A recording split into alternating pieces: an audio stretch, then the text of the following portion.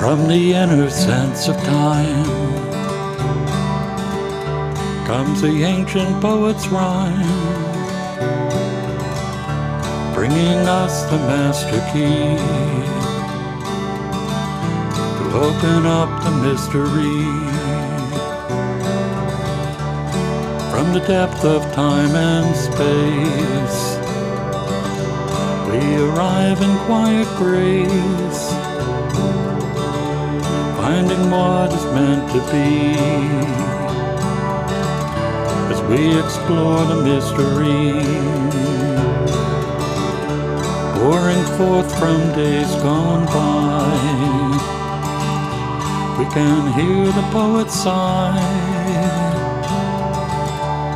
from the depth of ecstasy,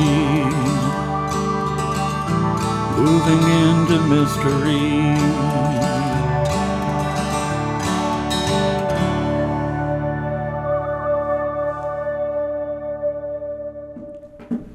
Hello and welcome again to Creative Connections.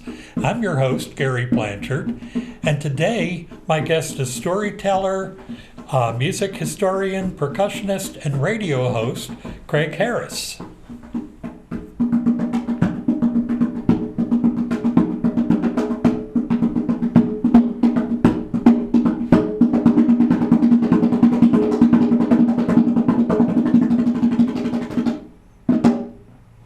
All right.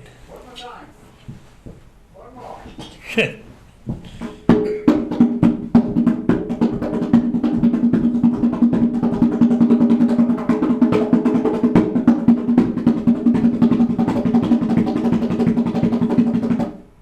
Yeah, the chairs won't get away from you. Well, thank you. So you have been around the area for a long time, doing a lot of different things. Do you find yourself leaning more towards like one or the other, or is that constantly shifting? I'm very fortunate. I'm extremely fortunate. I like to say that I have a nice toy chest. And sometimes I play with the photography, sometimes I play with doing research, sometimes I play with writing books. It keeps me from being bored. Okay. They're all things I love doing, and I don't consider any of them work. I like making money from them. I like supporting myself, but that's not why I do it. Yeah. They say that if you enjoy what you do, you'll never work a day in your life. Well, my ex-wife used to say, if I get cut, musical notes come out. I have it so ingrained inside of my soul, which is where I got started. I was a musician. I consider myself a musician. That's been my identity, self-identity, no matter what I do. Okay. So it's like there's a tree, and the tree is music, and there are different branches, and each branch is important and as strong as the other branch because it's all part of this tree. So sometimes it's the photography, sometimes it's the writing, sometimes I have a 3-hour radio show every Friday night. I just love music, and I'd love to be able to share it, and I feel very blessed that I get the opportunity to share it. Yeah. Tell me about the radio show. Well, my undergraduate degree was in radio and television. Okay. I've been a musician all of my life. Probably since I was in diapers. I was banging on pots and pans. I had a couple of very important turning points in my life. The first one, one of the first ones, was I grew up in New York City in Queens, and we had attached houses, which meant that in between the two streets of houses was an alleyway, and that the garages were back there, but mostly it was where the kids played.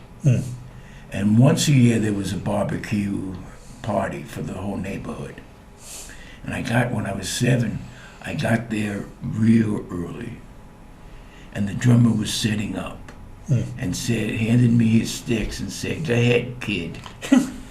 And that was the second time I was born. Okay.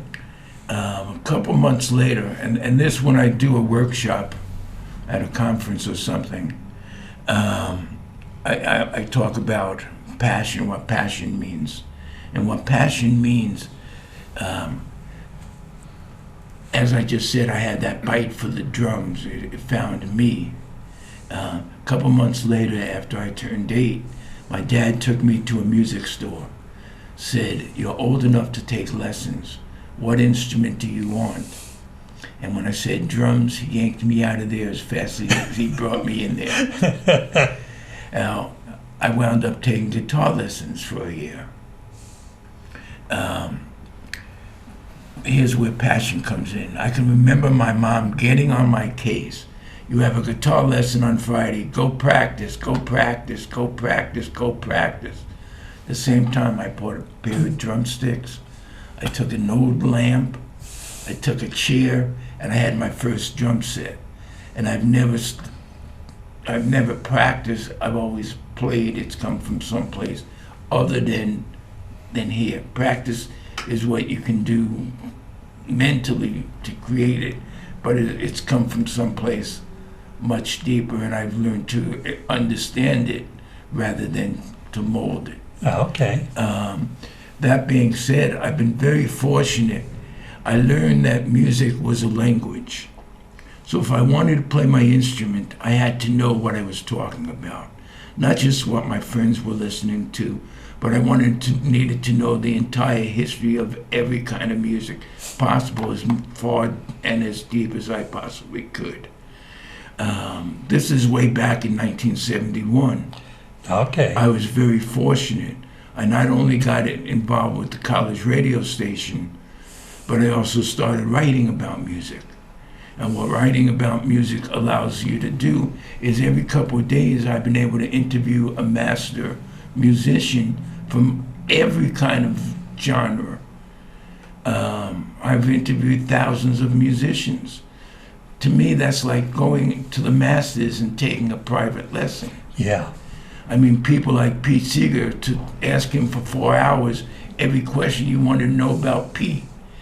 And I've also, because I come from a place of music and not from an academic place or not from a journalistic place, those are all byproducts of me being a musician. Mm-hmm. That's granted me access and friendships to musicians that most people in my position, I mean, I've been able to hang out in dressing rooms, just hanging out with people like Bill Monroe and just soak it in. Or Doc Watson was a friend of mine. We had dinner shortly before he passed. But I'm not just into one thing. My undergraduate degree was in radio and television, mostly radio. I have a first-class FCC license and started out after college to do radio. And when I went to school, my undergraduate degree was from the State University of New York in New Paltz. And all through my classes, they said you have to start somewhere small. I found a place in Georgia, South Georgia, called Homerville. It was 35 miles to the nearest glass of beer. It was a dry county. There's a movie that Burt Reynolds did, W.W. and the Dixie Dance Kings, where it's like a Pygmalion. He finds this country band from the most hicks places and turns them into massive stars. That hick place that they picked was the big city to this town. I worked literally, I lived at the station for a while. From the moment I woke up to the moment I went to sleep, I was working, either doing production or my own show, daily show. And for that 100 some odd hours, I made $150. And realized that's not the way I can make a living. Right. When I moved to Boston, in 1981. I was putting a band together. I was getting my writing together,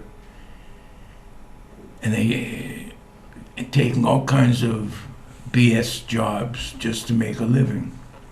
And was in the winter of '83, right before Christmas. I was laid off from a job delivering printing for a printing press. And I said, great, unemployment. It was not a lot, but it would help me get the writing together. It would help me to get the music together. Unemployment told me I had to look for a job. So I said, without any teaching credits, ever taking a teaching class, I said, I'll go and be a teacher. The only time I've applied for a job and not wanting the job. I thought they'd say, thanks for coming, we have real teachers, and I keep my unemployment. They gave me the job. What I hadn't taken into account was if you have a degree in anything, they need so many substitute teachers that you have an instant job. Most people don't even realize that. If you have a degree and you can't find work, be a substitute teacher. They'll hire you instantly, and now they pay well. But I didn't have, so for 13 years, I taught in a different class every day. And that, I did not have the great love for the teaching profession, so I came in and did music with the kids each day, and I brought that, my gift to them, and brought that out, and it worked great. And then I petitioned the state of Massachusetts to give me my teaching degree based on my experience. Okay. I already had a few books published. The book about the band was out at that point. My first book about indigenous music was out at that point. They decided that I did not need another teaching. I didn't need any more teaching classes, but they did want me to take music theory classes. Because at this meeting they asked me questions that no drummer knows the answers to. So I called colleges, found out that I didn't have the time or the money to go back to college full time. And a college called the state back and said, I'm a published writer. I'm used to writing at my speed and learning at my speed, doing research. And they said, if you can document that you know what you're talking about, we'll consider it.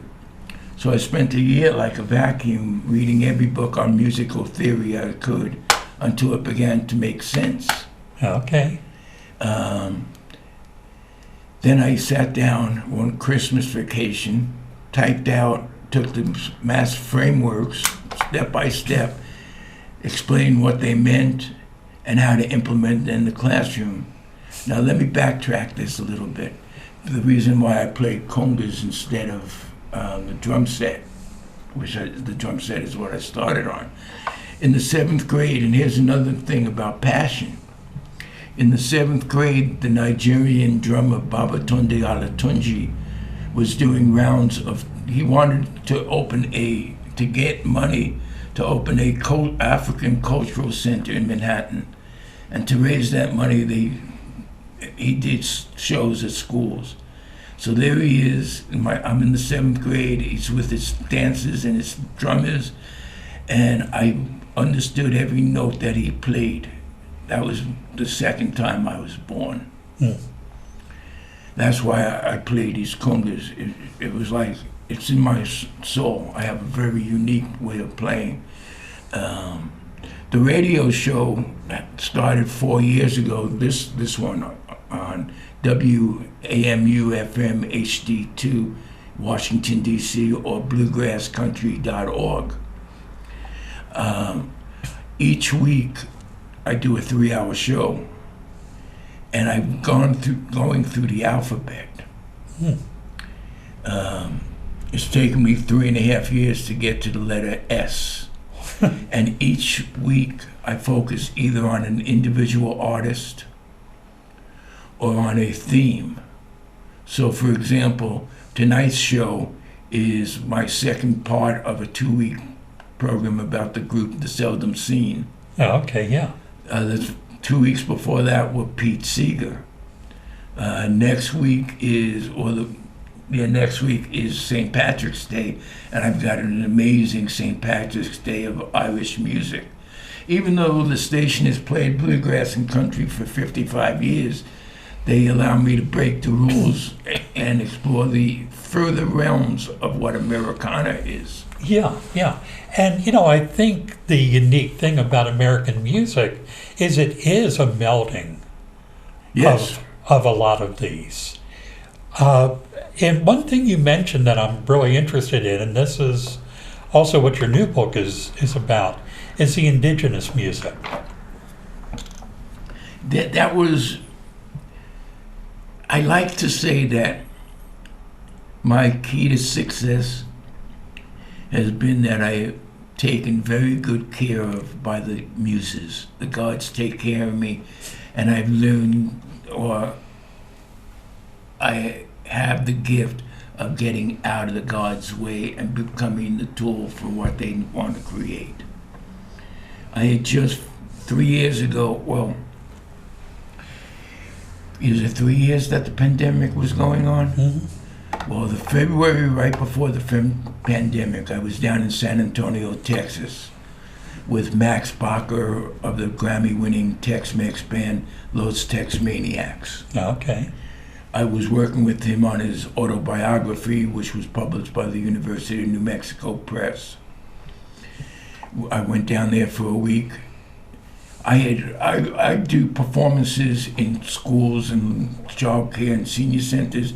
I had just finished a year-long tour of the 50th anniversary of Woodstock. Okay.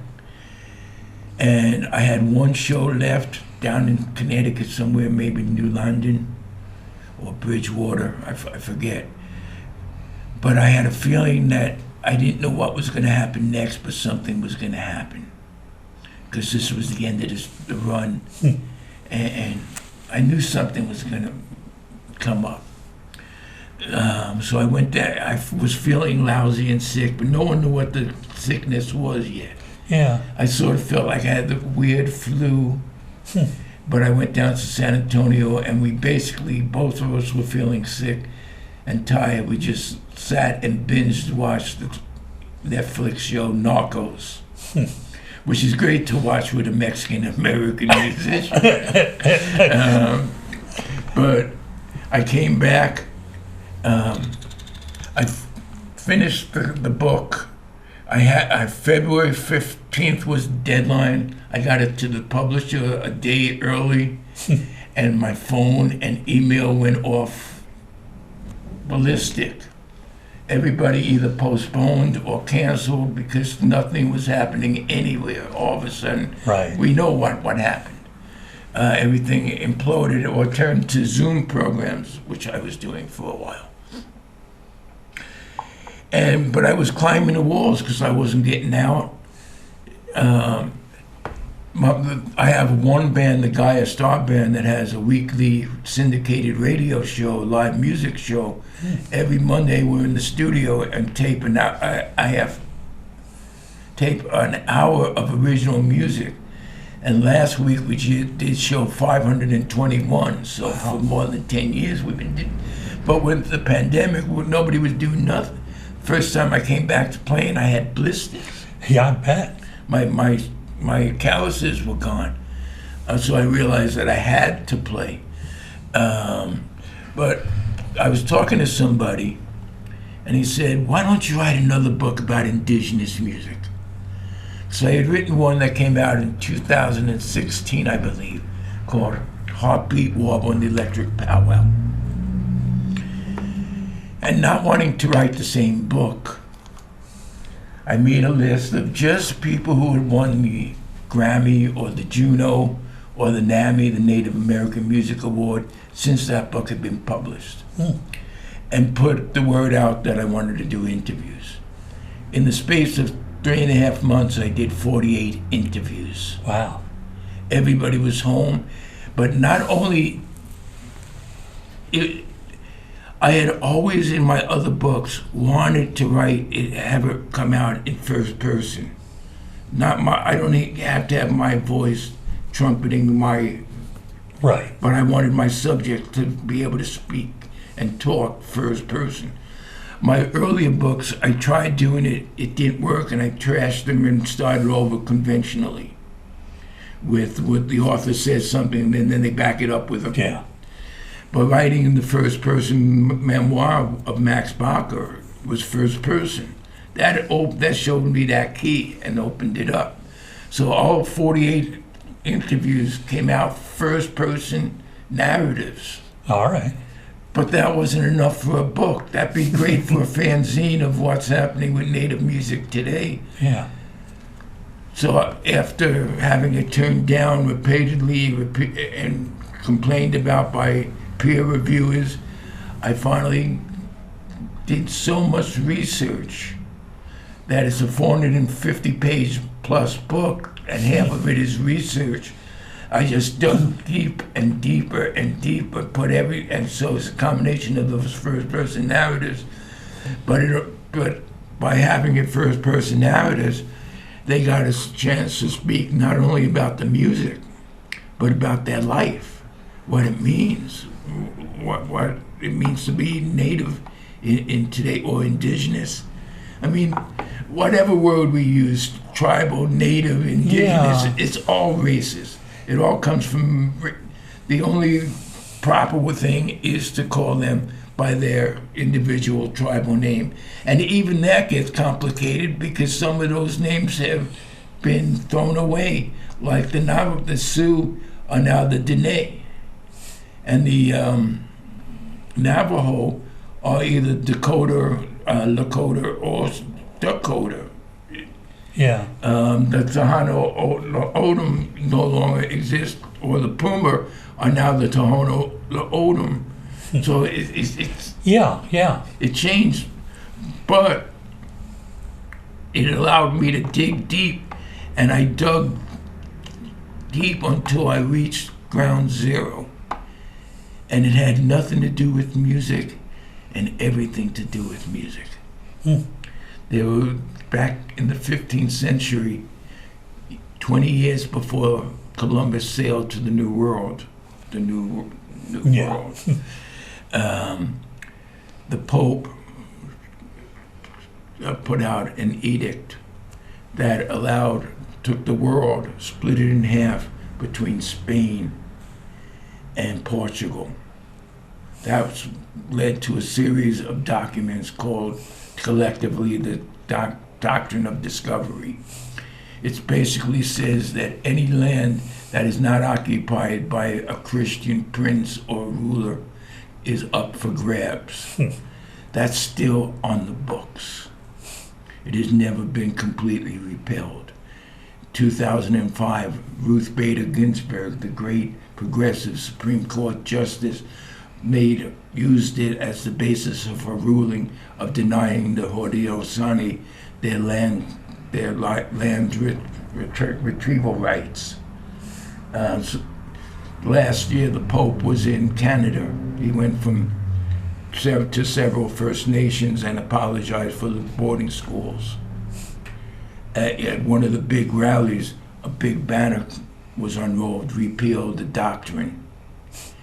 Other religions have repealed it. The Christian religion still holds it firmly. Yeah.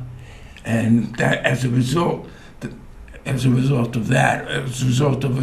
forced assimilation, as a result of the boarding schools, as a result of forced sterilization, the fact that natives are making music at all is a miracle.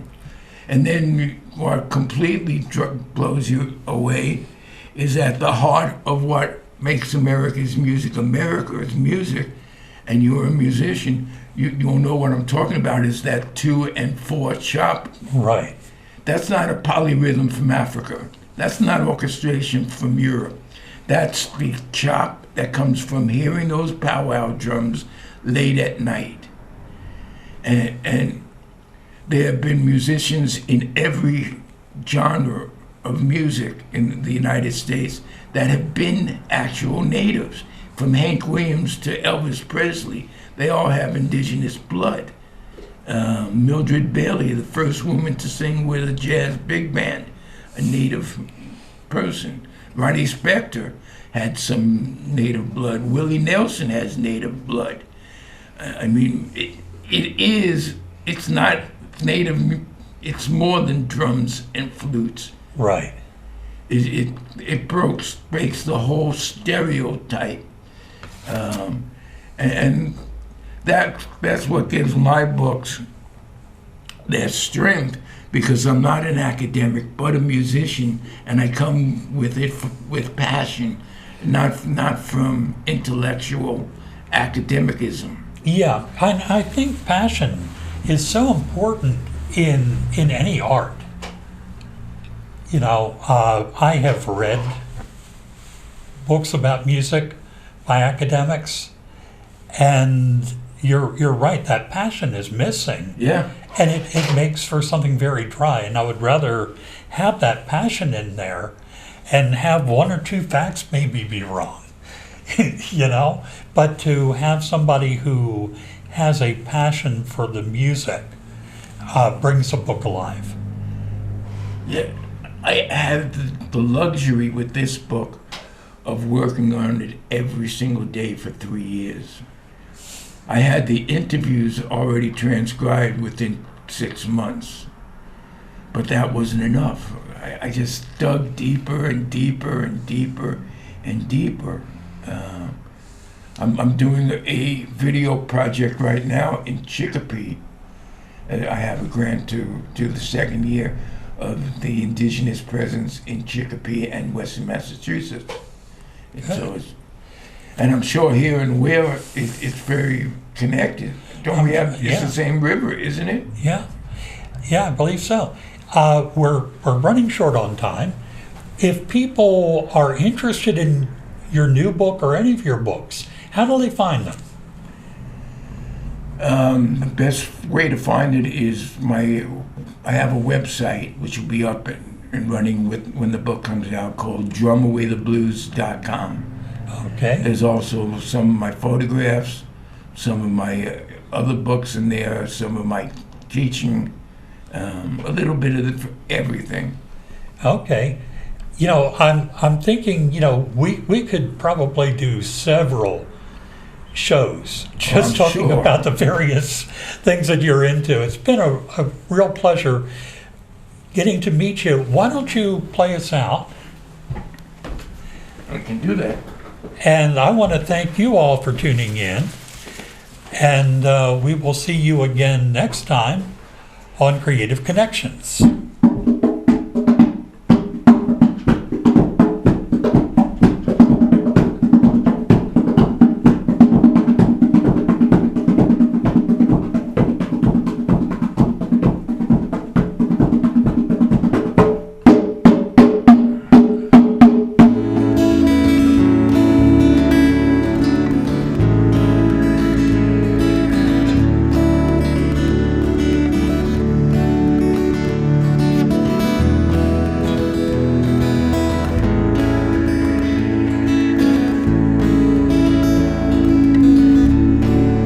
Life goes by so quickly,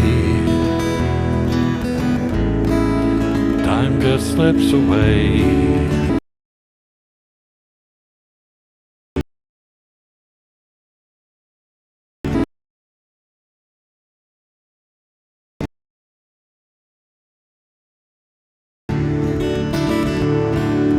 But tomorrow brings a brighter day.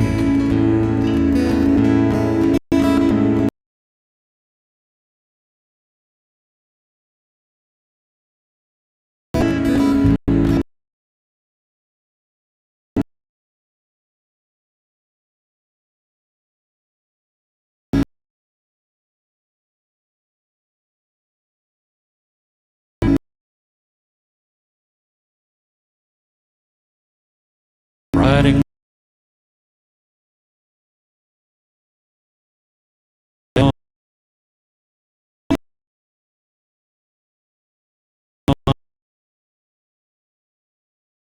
a shooting star.